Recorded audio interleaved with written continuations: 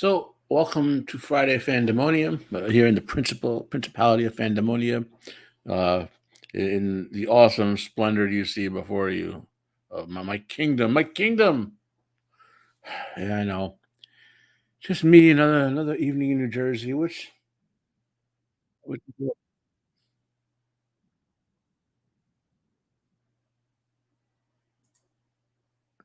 so here's our agenda for today. I have one unboxing to do. So with a topic I want to talk about, why so what this will help you, why I would recommend this particular product. Okay. That is not an endorsement, and that is not me getting an endorsement or anything. It's a book containing some information. I'll explain why that particular information will be useful to you in the coming year. I'll wait till 3:01. I'll give it like 10 minutes, see if anyone drops in for this stream. Then I'll hit that up. So also I have about 6, 7 articles I want to talk about, and then at the end, if there's people on, I'll ask for some random suggestions, like I always do, offer my opinions. Okay. So, how's everyone doing this evening? I still think it's creepy. I don't know if you guys can see it. Like all this is blurry, right? You can't even see the spider's eyes. This way, yeah. You can't even, but you right. But look at the raccoons. The little baby stuffed raccoons. You can see their faces extremely clearly, but almost everything else back there is blurry. I still think it's a little creepy. So let's get the first article up.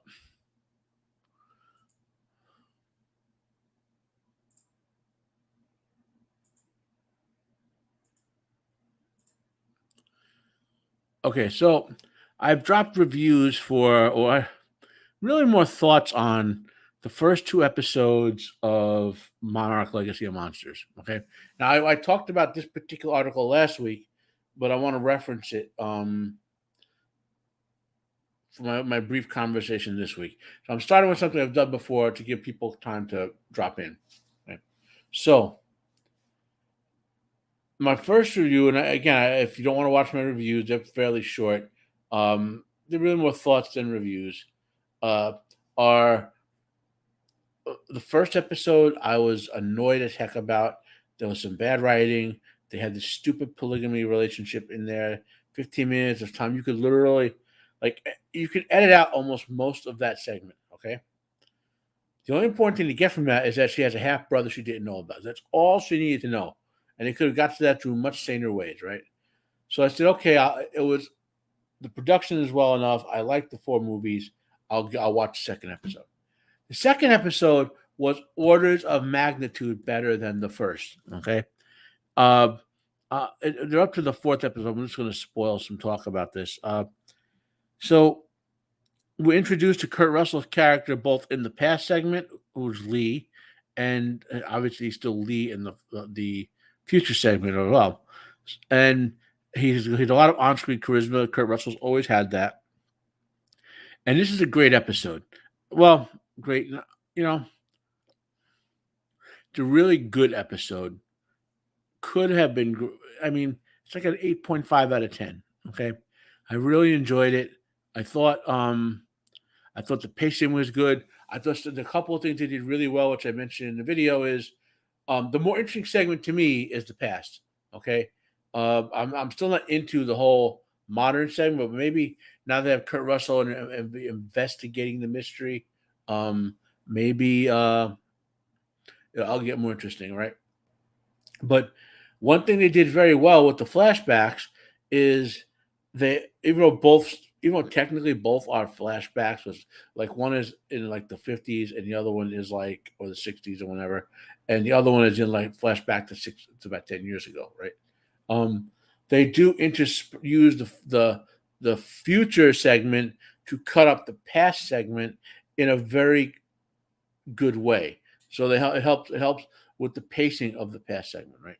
So another cool thing they did with the scientific investigation is they had the scientist from the cryptozoologist, technically not a scientist, it's like more of a journalist, uh, and the actual scientist. They both had done research on the creature they're looking for, and when they compare it, they're able to verify each other's data with it, which is something we see in Monarch. In the movie, Monarch combines the data from scientific endeavor with the data you might get from, say, archaeology or paleontology, that type of thing. Not paleontology, that's sociology. There's a name for the study of primitive cultures. I don't remember it right now. So, obviously mythology. This cryptozoologist took the evidence of the creature's flight pattern from the legends and myths, and it matched up with what she obtained from radiological data. So since they had a verified data set, they were able to find a place where the creature could be. Now, there's one thing in this episode, and I enjoyed that the writing there was very good, showing the joint scientific thing, right? That little dragon did not carry that big ship there. Okay, so clearly there was a bigger creature at play. Right. That being said, enjoyed the episode. So let's get on to the next topic.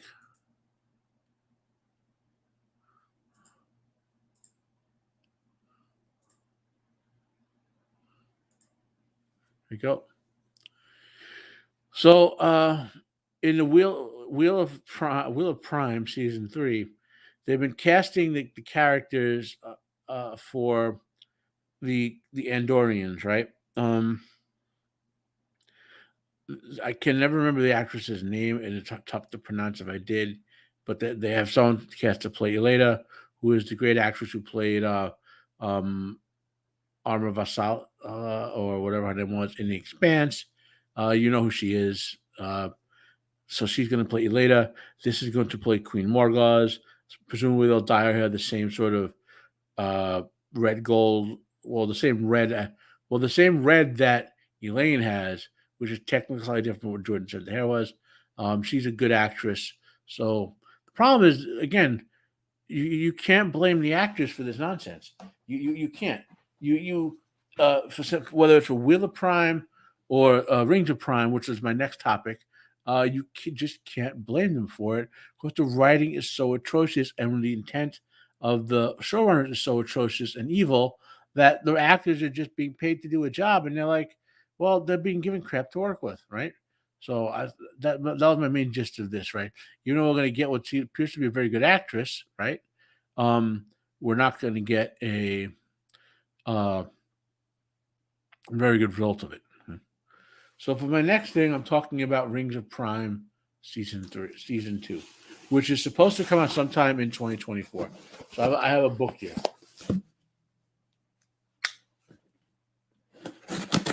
Using the Decepticon knife to open it. Let me make myself big again.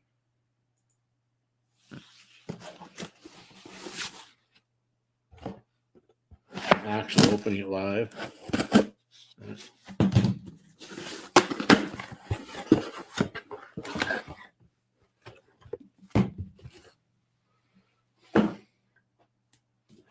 Safety first. Put the Decepticon knife away.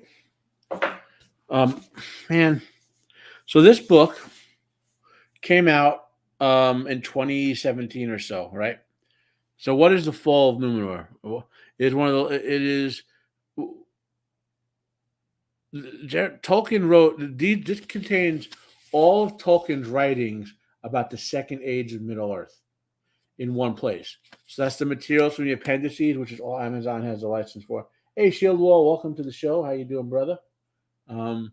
This, as I said, contains the appendices from Lord of the Rings, the stuff from the Silmarillion, the stuff from Unfinished Tales, and in my case, what I don't have access to anymore, plus what I call the Great Flood, which destroyed like 1 or 2/3 of my books and half my comic books in the apartment I lived in before this. There was a basement that was dry for 30 years. It was my cousin's house, and I rented an apartment there, and everything I had in the basement got soaked, and a lot of it got destroyed. In any case, so this book contained. So I lost what was down there were my copies of all but one of my. The History of Middle Earth has 10 volumes, right? It's been published in different formats, like 2 or 3 volume sets and whatever. I had it in 10 separate books because I inherited it piecemeal, but inherited it, and I lost 9 of my copies that were down there. The only one that survived was the one in my apartment. And this also contains the stuff from the History of Middle Earth from the Second Age. So it's all in one place, and there's no reworking. There's no modern interpretation or anything. This is just what Tolkien wrote. And obviously Christian contributed somewhat to that, um, about the Second Age. And I want to reread the stuff from the History of Middle Earth, because I haven't read that in years. I've read the Silmarillion, Unfinished Tales, and Lord of the Rings almost every year for the past 6 or 7 years. No, well, Shield Wall. Funny enough, no. Where I live is one of the oldest settled parts. Used to live in. I live in Hudson County, New Jersey, right, and that's one of the oldest settled parts of the this region. I mean, we have buildings that go back 300 years still existing, right? Even though it's a city, and most of that's been torn down. And all the basements, like in my old Italian neighborhood, were all dry basements, like desert dry. Like if you put something wet down there, it would actually dry them out. They used to age all sorts of prosciuttos and cheeses and stuff down there in these basements for decades and without a problem. Well, one of the problems of being a very old settled area is there are still pipes in the ground made of wood, in some cases lead, which are basically water mains, right? But mostly wood. The giant wooden water mains that were down 30, 40 feet, but they couldn't get to them because they're under buildings that can't be torn down, or structures that they put up these giant concrete structures and they can't tear that down to get to the water main underneath. So what they were doing was, as they would just wear out and burst in Jersey City and Hoboken, they would just then reroute and replace them as is. So now in the modern era, they have a technology that can actually replace the pipe in a pipe. So I think they finally got rid of them all. But one of those old water mains underground blew up near my neighborhood and saturated the entire underground with all that high pressure water for 2 or 3 block radius. So everyone's basement all of a sudden became um like flood prone, right?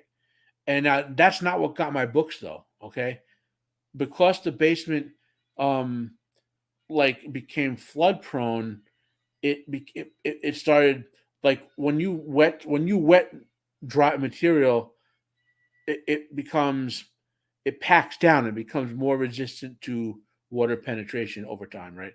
So the basement more became less drainable. Like the water, it didn't absorb as much water into it. So then what happened about 2 years after that, in my basement, the water main in my house, in my the building, blew up right at the valve. There was a weak spot, and no one knew about it for like hours. So about a foot of water rose in the bottom of the basement, and because the basement had been victimized by that flood, with some water penetration, the base of the basement no longer drained and fast quickly at all. So the water that was in the basement was sitting there even after we stopped the flood. It sat there for days, and it the stuff on the ground floor, which was a lot of books and stuff, got wrecked. But the air got all humid and everything because the water took days to drain out. And we actually had to pump it out eventually to dry out the basement. So yeah, and I had a small apartment, and my cousin, oh yeah, just keep your stuff in the basement in the corner back there, no big deal. She stored all her stuff down there, and then yeah. Well, but that being said, I do want to reread the stuff from History of Middle Earth. That's going to be in here. Let's, as far as the construction of the book, I don't like when they don't glossy cover the book jackets, but I will put my own book jacket on this anyway. This is quite hefty. There is some artwork in here, which is Tolkien's original artwork. And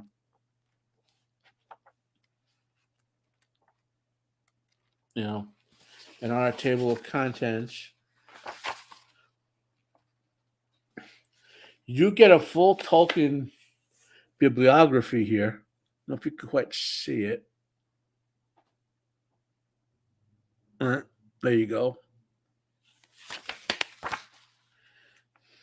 This is edited by Brian Sibley.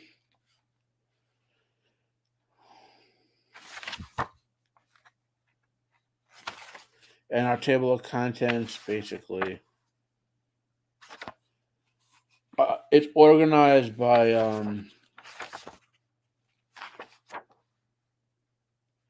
So it's basically a timeline. He organized at a hard to see. I don't have a great view of this, but if you look, it's organized as a timeline. And I think what he does, he takes the tale of years uh from the the Lord of the Rings appendices and adds data in from the other sources. Okay, so that aside, that's my unboxing. I don't have all my comic books are still in shipment. They're probably all what I'm getting it tomorrow, based on how the shipping looks. Otherwise, I would have two or three comic book on openings as well. So let's go on to my next topic. Okay, so they're doing. Okay, so James Norton and Nicola Coster Waldau are be leading historical drama The King and Conqueror for BBC.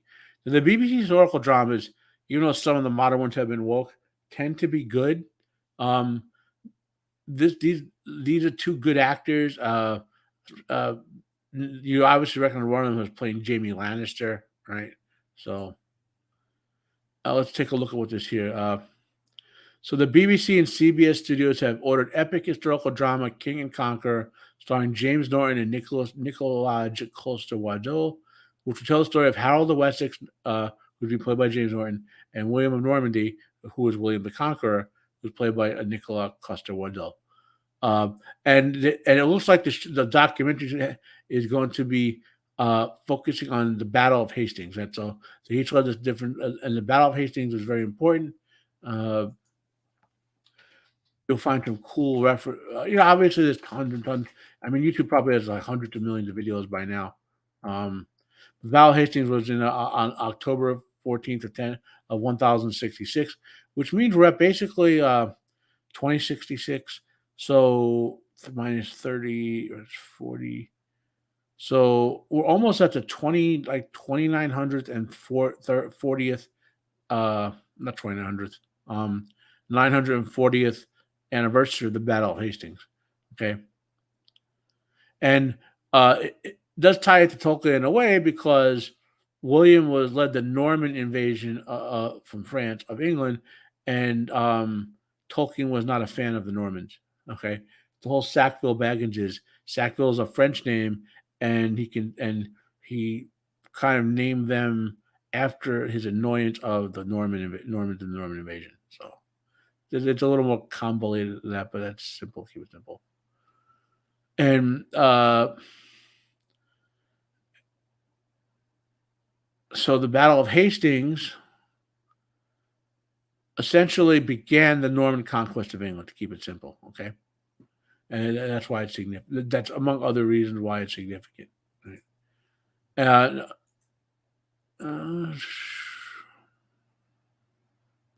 Yeah. So I'm not going to be. I anticipate this could be good. This could be good. BBC tend to do good historical dramas, right? Now on to that's our biggest hope there, Shield Wall. But the BBC historical dramas, more often than not, are pretty good, right? So let's talk about this. I'm surprised, you know, he hasn't been canceled for this. Tom Holland, or not sure it has been canceled. I'm surprised they haven't attempted to cancel him. Uh, Tom Holland only returns Spider-Man if it does justice to the character. I have a feeling they're going to try to replace it with Miles Morales. Anyway, Peter Parker.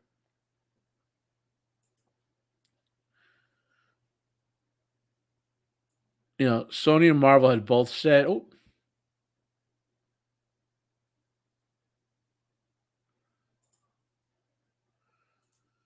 Sony here's the title. Sorry, there we go.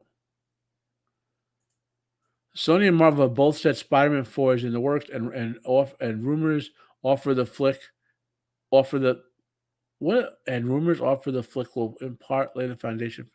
There's some bad editing in there. It's also been said that Spider-Man may connect to MCU to MCU to emphasis to the Spidey spin-off universe, which features Tom Hardy as Venom, Aaron Taylor Johnson as Craven, and Morbius and Madam Web, and blah blah blah. I highly doubt that Marvel is going to let that happen. Okay, I just highly doubt that, you know. But luckily, Holland is in a position not being under contract like Hemsworth is for Thor, where if he can dictate terms, if they want him back, he has a little more creative control of the character, right? So that's a good that this is a good sign. Now let's talk about this. Now, I have not been able to. I've been sailing the high seas looking for a copy of this. I'm disabled, so I can't really get to the movie theaters. Um, I will eventually buy it. But I want to see it before waiting for 2 or 3 months to have to buy it. Um, Everything I've read about this film, I've read the synopsis for it. I've read spoiler reviews of it. I've watched spoiler reviews of it. Right, said this is one of the best Godzilla films. Like it's tough to rank them because sometimes there are times when my mood makes me. Oh, hey, Sheila. Oh, yeah. But regarding the Venom, I thought the first Venom movie was okay, but felt too long. Like it took too long to get to the good parts. And then the second one, I don't know. I had no enthusiasm for it, you know? So,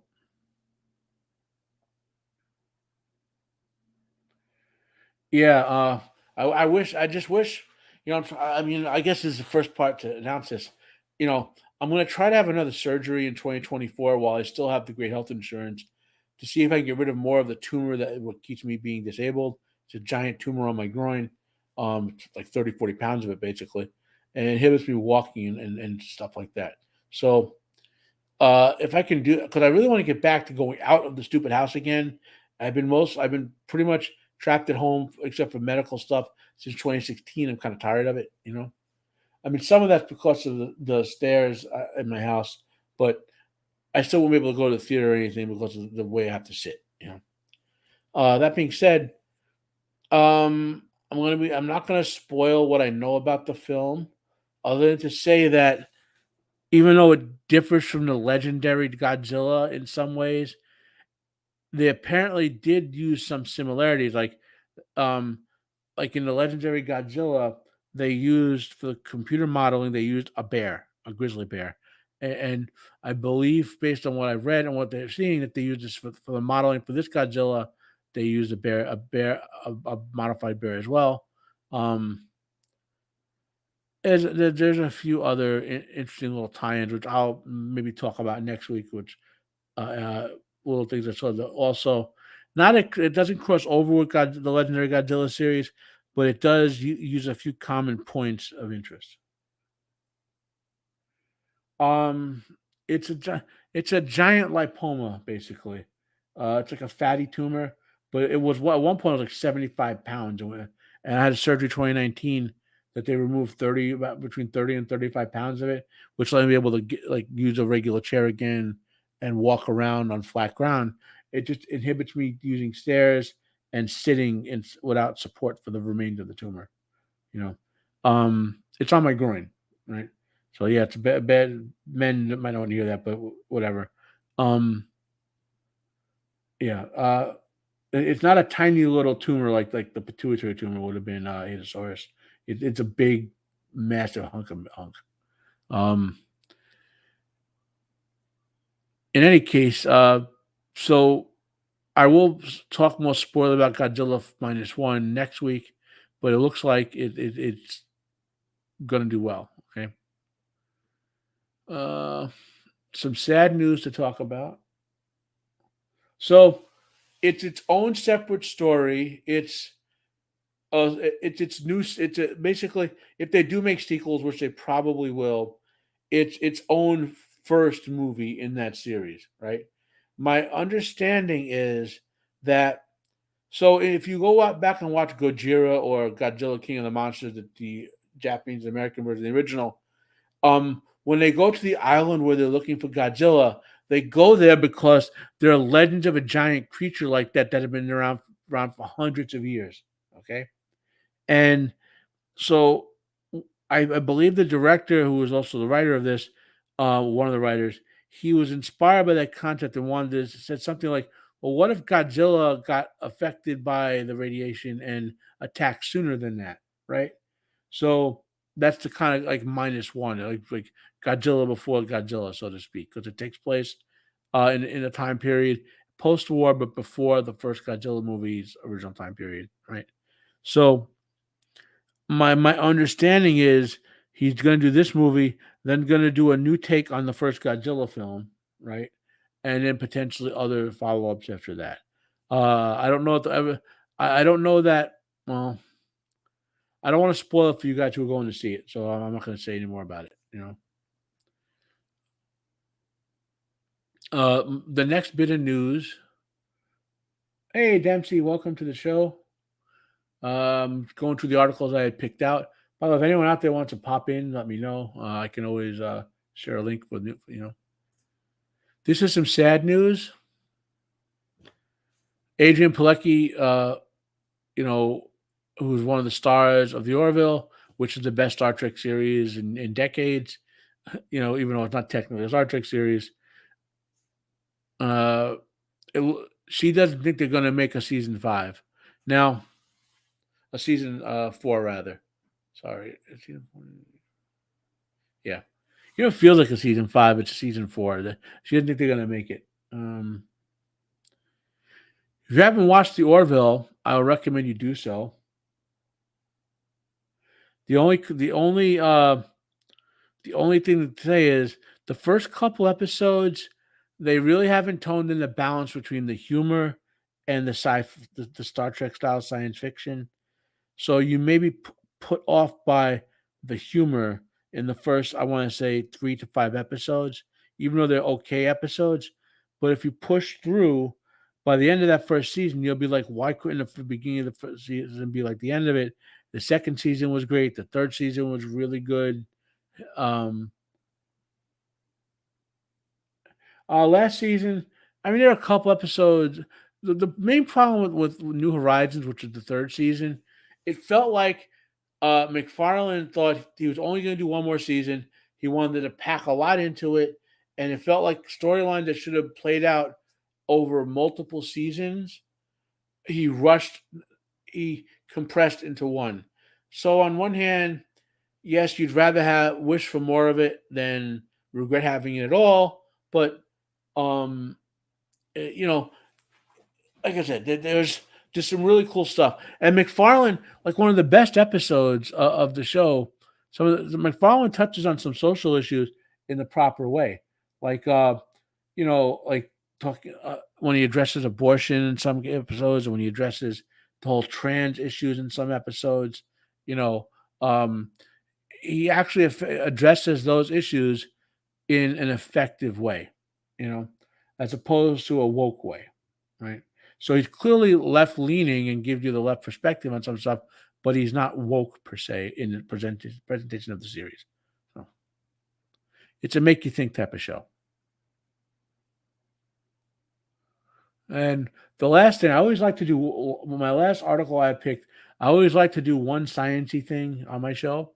So here we go. The Artemis 2 moon astronauts autographed their own rocket 1 year before the launch. So what is Artemis 2? Artemis 2, right? The Artemis program is a program NASA has. Artemis 1 went off last year, basically, in an attempt to get moon missions going again. And if you haven't, you can go watch the Artemis 1 rocket launch on YouTube. NASA, it's on NASA's YouTube page if you go find it, you know. So the next 4 moon astronauts signed their names Monday, November 27th, on a rocket piece that will send them to lunar realms in late 2024, basically about a year from now, right? So Artemis 2 is going to do a flyby of the moon. It's not going to land. There's not going to be a lander. NASA's doing proof of concept. So the rocket will launch, send a flyby of the vehicle that would carry it to and from the moon, and fly back. They'll gather data, and then I believe Artemis 3 will have an actual lander. 3 or 4. They want to do it in stages. And there's the moon, the technology we use to get to the moon has been around for 50 years. And we've never gone back, and I'm happy we are going back because it's pivotal to our development into space to begin to get some sort of settlement on the moon, like a scientific colony. Ideally, get some. The ideal thing would be to build some sort of facility on the dark side of the moon, so we can have telescopes that face away from the Earth, so out of the light of the Earth, so it reflects off the Earth, right? So, and the article goes on talking about, uh, you know,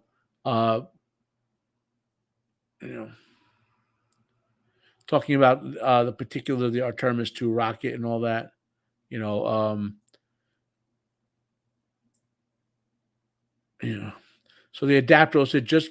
Oh, my headset's about to die. Not that it matters for this. The adapter was to just meet the astronauts Orion spacecraft during their around the moon mission. NASA officials wrote in a press release, right? That basically that's what they're signing, the adapter for where the lunar lander would go. Uh, the Orion stage adapter is a small ring that connects NASA's Orion spacecraft to the SLS rocket's internal cryogenic propulsion stage and fully manufactured at Marshall. Uh, the adapter's diaphragm will serve as a barrier to prevent gases created during launch from entering the spacecraft. So that's pretty nifty.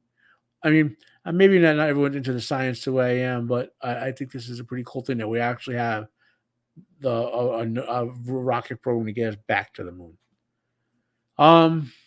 So that's my prepared presentation. What I'll do is I will now randomly look for 1 to 3 articles or take suggestions from the audience if you want something you want me to talk about. Yes, well, it'll be really neat to have a scientific colony up on the moon. So let's go randomly looking for 1 to 3 articles for me to comment about. So live and then, hey, look, okay. So Furiosa looks like it's coming. So Furiosa is the side is the prequel about Furiosa from Mad Max Fury Road. It's basically her origin story being done by George Miller. I'm perfectly fine with it being done. She was an awesome character. You know, I'm gonna play some of the. You know what? I'm gonna. No, I can't. I don't want to play the trailer. I can't. I will do a separate trailer review where I can mash the trailer so I don't get dinged or whatever. So here's the synopsis of Furiosa. As the world fell, young Furiosa was snatched from the green place of many mothers and falls into the hands of a great biker horde led by the warlord Dementus. Man, Miller knows how to create that mythology. Sweeping through the wasteland, they come across Citadel presided over by the Immortan Joe. While the two tyrants war for dominance, Furiosa must survive many trials as she puts together the means to find her way home. So it looks like this is going to be Immortan Joe in the defender of his realm against invaders. See, Sheila, we fundamentally disagree on that because if you take Max out of that movie, she basically dies. His superhuman abilities are what made made her able to succeed, right? Um, and he basically they were co-heroes, if you want to call it that. But him being superhuman because is what enabled that. So we can disagree on that one, But I love the mythology George Miller created for this universe. I want to see movies about other characters like the pilot, from the previous movie, or like there's so many interesting characters. And the fascinating thing here is, we just heard this is going to be a Immortan Joe, not in his protector role, because yeah, he's a hard leader, but he has to protect his community against this great biker horde, right? So that's going to be it's going to be kind of like how Max helped the colony project itself in the Road Warrior. Well, now we have a different type of legend, Immortan Joe protecting his community. So we'll see how that goes. Uh, let's find another one. Let's check out Collider.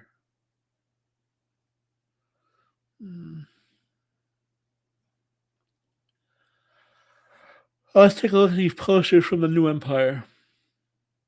So this is the fifth MonsterVerse film, April of 2024,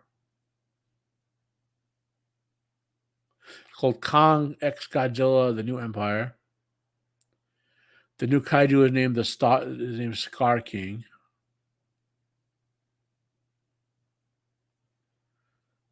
So there's one of our posters. Godzilla. So we got two. We got two there. And there's the poster for the title. Okay, that was a pretty interesting review. So that was quick. Well, that's what I'm saying. Like the future he presents, if you think about them, leaving aside, well, what I've heard again, this isn't spoiler because I've only heard rumors about the plot of Godzilla X Kong. Is that the monster they actually fight is possibly another species of Kong, like an even bigger one, you know? So like he leads a whole bunch of monsters down there in the Hollow Earth. That's what I've heard the rumor is possibility. And that because they really alluding to this ancient wars of the Titans, that some Titans protected humans, other Titans were predatory.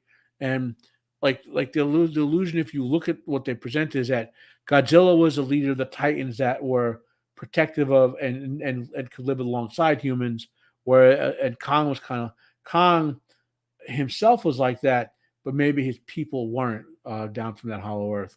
So it could be interesting. I don't know if that's the fact. That's what the rumor I heard about the plot is, right? So now and let's find one more article for sure.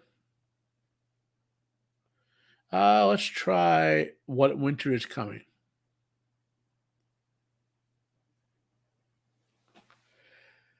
Nothing looking good there.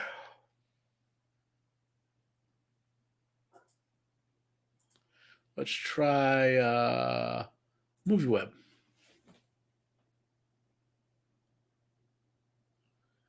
No, okay. Let's give a shot to maybe some music news. Let's see if those.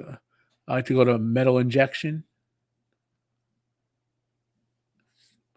Okay, here's something we can go over. 27 long-awaited records that could make 2024 a great year. So let's see what they think. What records? I don't know, Sheila Wolf. I, I, I, I think I lost interest in House of the Dragon because they skipped too much of the content I wanted to see. Like I can forget the name of the war, but I wish the first season had been about that war that they had like one episode for that Damon became famous for. I wish they'd done the whole first season on that war. You know. Anyway, so let's go over here. So 3 Inches of Blood, new album, Agalach, Anata, Anthrax. Wow. So Anthrax. That'd be cool. Black Dahlia Murder. Wow. Yeah. They suffered like death, horrible. Yeah. Chimera, the Contortionist, Dismember. Don't you love metal band names? Dream Theater. Oh, that's right. Mike Portnoy's back in Dream Theater, and he's doing an album with them. This could be great. You know, could be. Right. That's this bit here. Exalted Grave, God forbid. It's funny in New Jersey where I live, the only radio station that used to play this band was Seton Hall Pirate Radio, which was Seton Hall University, which is a Catholic university, but their radio station was very heavy metal. And anything okay, yeah. Um, while I would generally speaking recommend reading the books Martin and his co-writers wrote for that period, I cannot recommend buying anything Martin has written until because I'm personally not buying anything he's written until I'm not even, he didn't have another TV show he's working on. That he's a producer on. I won't watch it because unless he dies, or and if he dies, either I would get Winds of Winter, or he upon his death he releases the information for someone else to publish. Otherwise, I'm boycotting him. So, but anyway, uh, anyway, sorry about G Forbid. So the Catholic University radio But anytime you got title, you would have a religiously controversial title of a band or a song, they had to say it differently. So God forbid was G forbid. And in New Jersey, the band was called G Forbid for a decade because the only place in New Jersey that played them was that one college metal radio station. Right? It's funny. Uh, that one Fear Factory has a song called "Piss Christ," and whenever the song would come on, they would go, "We're playing that track by Fear Factory that we can't say the title of." So you know, King. Oh wow, King Diamond and Merciful Fate. Uh, K- King Diamond is in his 70s, and he's still a better singer than 99% of the singers on the planet. You I'm anticipating this one. King Diamond himself put out some new material. Um, I want to say in late 2021 or early 2022.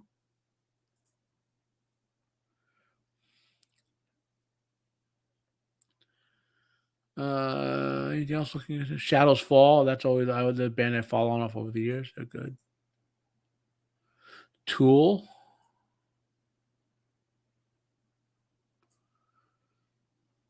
Okay, maybe there'll be a Tool album. Yeah.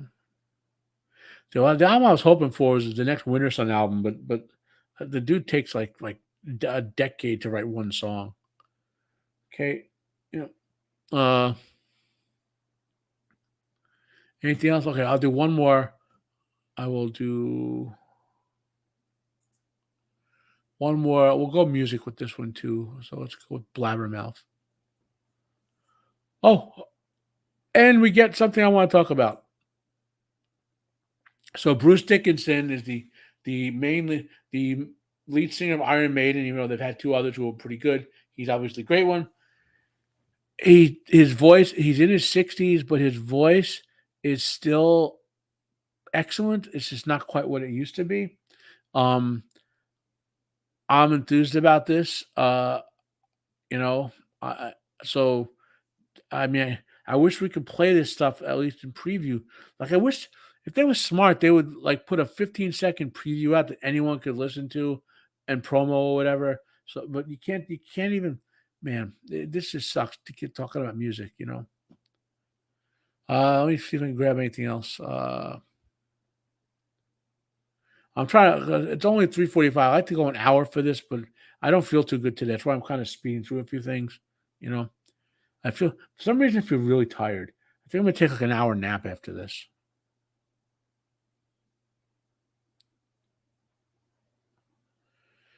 Uh,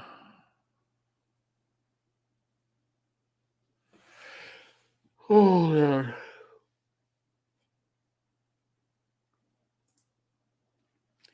Fine. Okay, so this is gonna be the last like random article unless someone in the audience has a suggestion.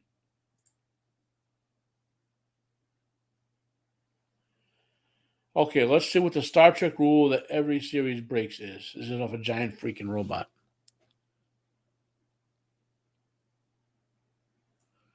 However, Star Trek Next Generation introduced one major rule that every series in this Paramount franchise has since ignored, and that's the warp speed limit. No.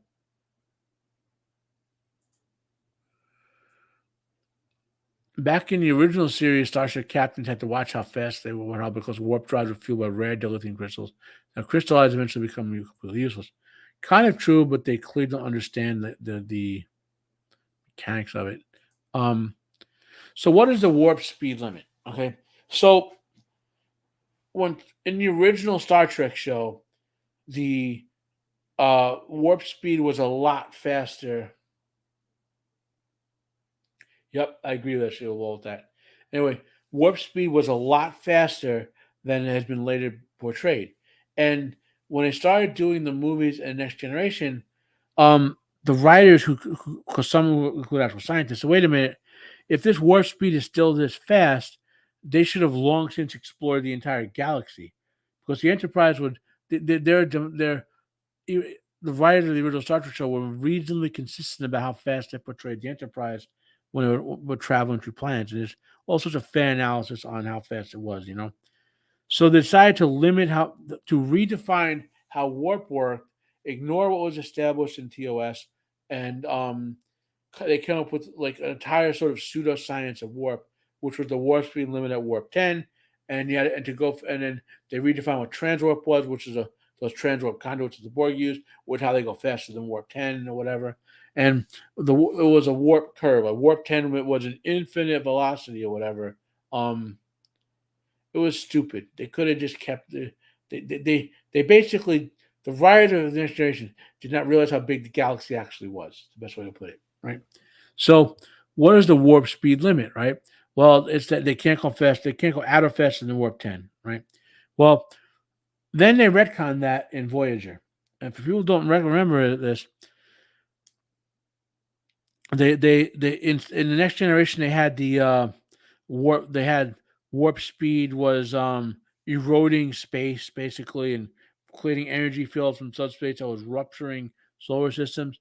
But they retconned that away in Voyager by saying that ruptured space was actually the result of of omega particle experimentation, which ruptured subspace. So they came up with the warp speed limit, which had no practical effect because just due to energy concerns, they never went faster than warp 5 or so unless it was an emergency. So they just formalized the fact that, well, it's got to be an emergency to fly faster than warp 5 or 6, and then and they retconned away the warp speed, warp travel, upgrading reality bit. Because you think about it, how many cultures use warp for hundreds of thousand years before the Federation even came around? There would be no galaxy left. It would have long since been space eroded into oblivion. So I did like that was one thing I did like that Voyager got retconned away the warp speed limit. You know, so that's where this article is going to seem stupid. So, well, it's only 3:47. Let's do one more. I know I'm saying just keep doing one more, right? Let's go to an industry publication, Variety.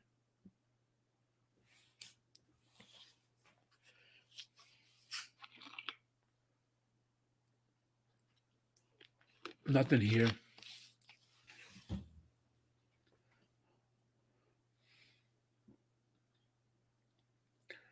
Well, you see, Hatosaurus, if you go into a deep dive of what warp was in TOS, it wasn't actually a velocity, it was an acceleration. So the higher your warp what factor was, the faster you accelerated. Okay. So it's not and you had to have energy to sustain it. What they didn't have in TOS's time was the energy to sustain the high warp accelerations um, for a long enough period of time to travel across the galaxy. Uh, they didn't have that in next generation time either. Plus, the galaxy was bigger, but then they redefined it to be an actual velocity, as opposed to acceleration. In any case, try to find if anyone have any article or anything you want to hear, any questions for me if you want to hear it. Let's do Entertainment Weekly. Nope, nothing there. Bleak news, my friends. Radio Times. I'm not going to talk about Doctor Who. I ranted on Roman's channel last night, and I don't want to put myself in a depressive mood. Bleeding Cool, it might have something interesting.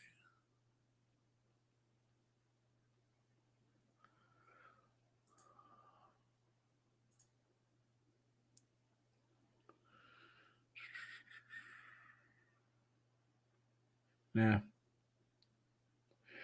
Yes, Shield Wall. I was shocked that Villeneuve did as good a job as he did with Dune 1.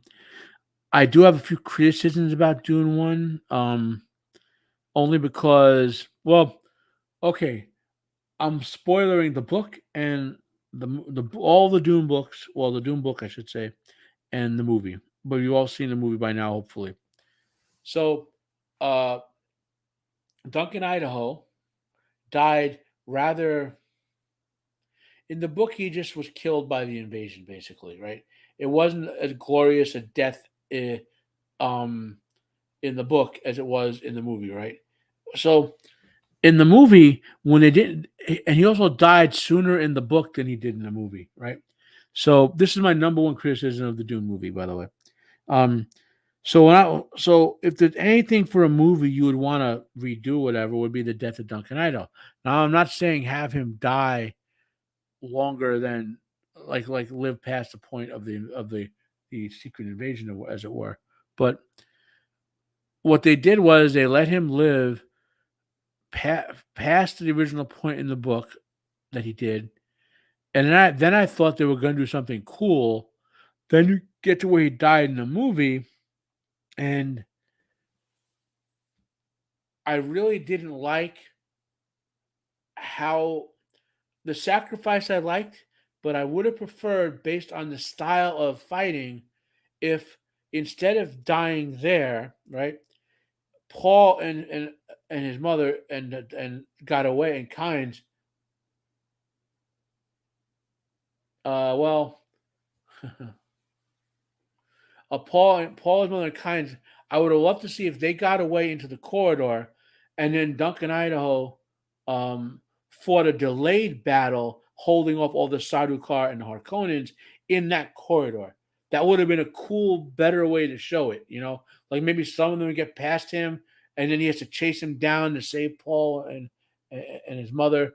Like just having him do the standalone cliche, draw the line in the sand type of death.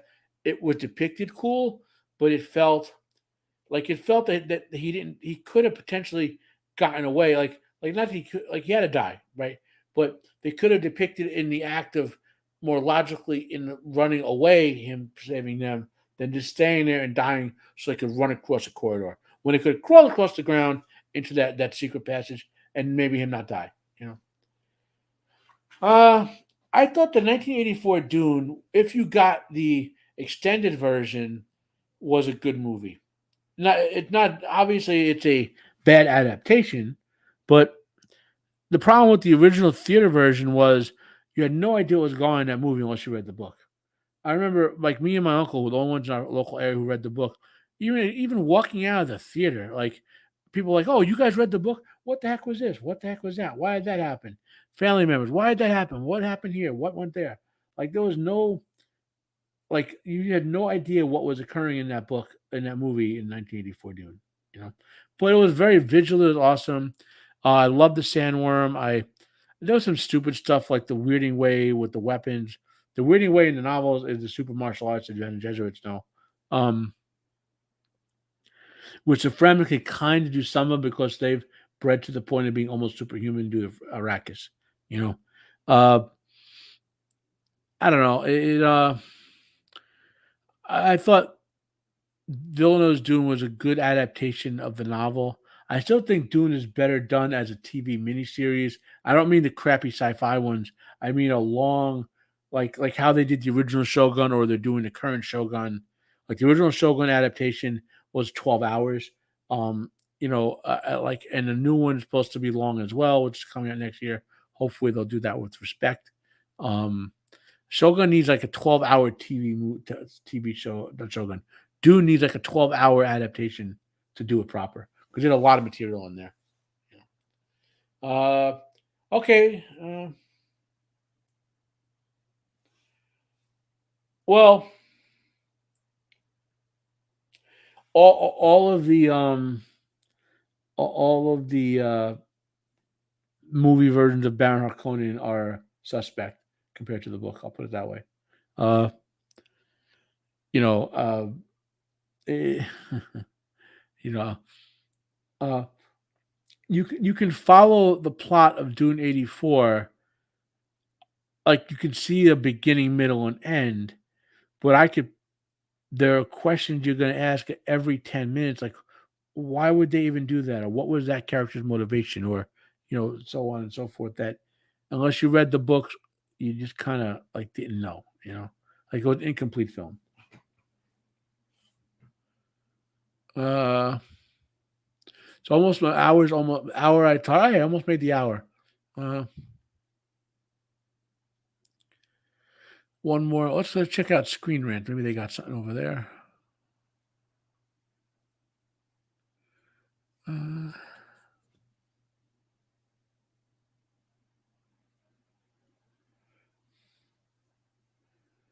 Uh, well, they're actually two.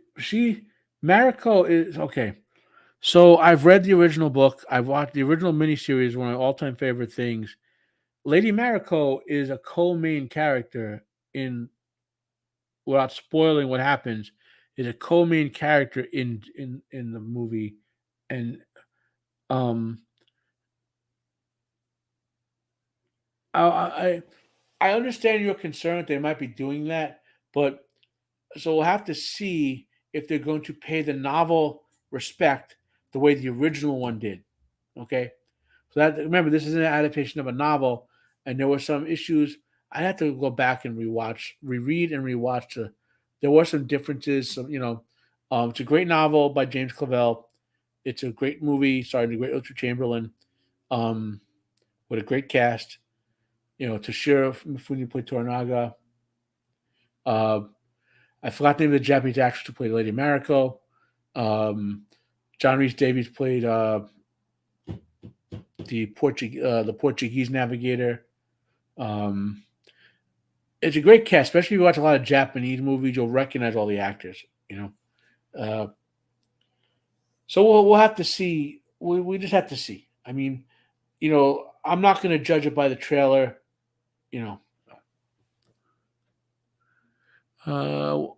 Okay, 3 minutes left. Let's get. Unless you have a question. Uh, where haven't I gone? One more. One more. Hollywood Reporter.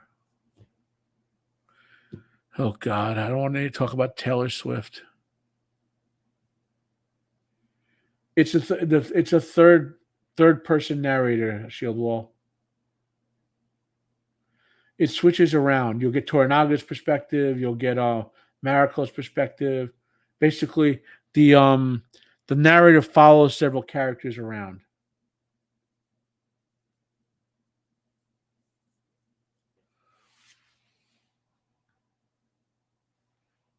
I guess you would say it's from the narrator's perspective. The novel.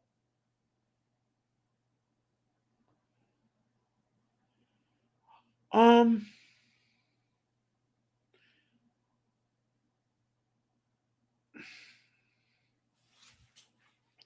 I think of Shogun as having three main characters. There's the John Blackthorne, the pilot, Lady Mariko, and Tornaga.